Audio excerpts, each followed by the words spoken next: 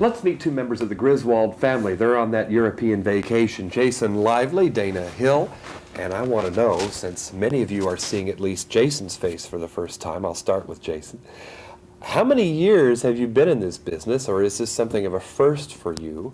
And after that, let's get to Dana and get a contrast, because she's been around for a long time in this line of work. Jason, why don't you take it first? Well, I'll take you in just a second. Time out while we put Jason on the spot. You going to be okay? Yeah. Okay, here we All go. right. I'll just look messy, okay? Is this the first time we have seen you in a commercial feature-length film? Yes. Well, of any... I was in Brainstorm, Natalie Wood's son, in that, and that was years ago, and it was a small part, but this is my first really substantial part in a major film.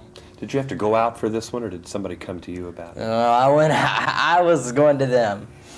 In fact, let's compare notes on that, Dana. You have been around in this business. Is there ever a place where you don't have to go out for that role when they come to you? You know, I think some of the megastars, Al Pacino, Dustin Hoffman, Barbra Streisand, Jane Fonda, people like that don't have to go out. They find properties of their own, or people offer them millions of dollars to do a film. I am not in that position. People are not throwing scripts at me. I still, you know, I'll go in. I'm lucky in the sense that usually I don't have to do all the preliminary interviewing.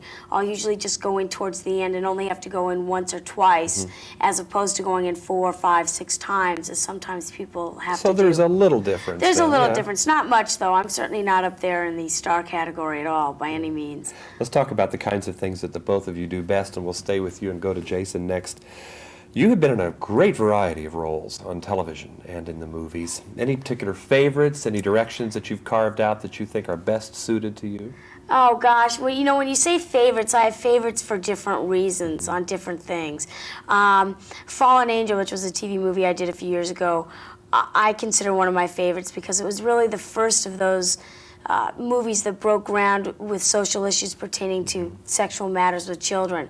Shoot the Moon was a favorite because of the people I got to work with and sort of establishing me in the industry. Cross Creek was a favorite because I got to work with Marty Ritt and Mary Steenburgen. Vacation was a favorite because I got to go to Europe, and it was a comedy, and I got to work with a woman director, and Jason and I had a blast together and stuff like that. So I have favorites for different reasons. But I enjoy the work that I do so much that each job that I do is a new experience, and I learn from all of them, and I have a good time on all of them. And I'm glad you mentioned the Cross Creek experience, because when the fawn dies, had you watched the Claude Jarman original? I had not. Now, I had read the book, but I did not see the original movie, and I purposely waited to see it until after I did the film. But it was, you know, it wasn't real hard to cry when you saw this animal that they had drugged up a little bit to, you know, to have it lie there. It wasn't difficult to cry, that's for sure. Jason Lively, do you cry well on screen? Have you had to do that yet? I cry now. He's doing it now, by I can. It took me a while. She just pours them out. But, off screen too, maybe. Right? when I hit her a lot, she cries 10, 12 times.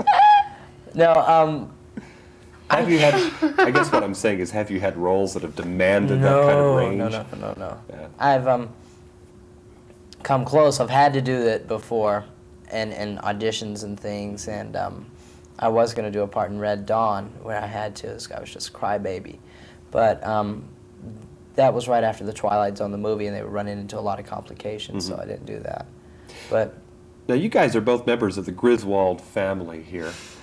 And I suppose you have to see yourself as types.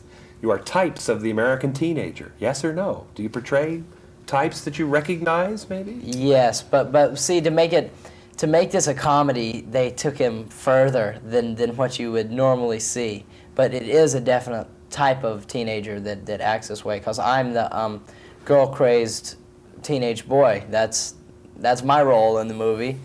And I know a lot of guys like that, but I take it a little bit further. Well, let's stay with the types while we're into this, okay? What if we could pull back a little bit so we can get a long shot of everybody? Because we've got boots that are 3/4 length, suspenders, very interesting checker stripe pattern there, Jason. We've got the hairstyle now with Dana.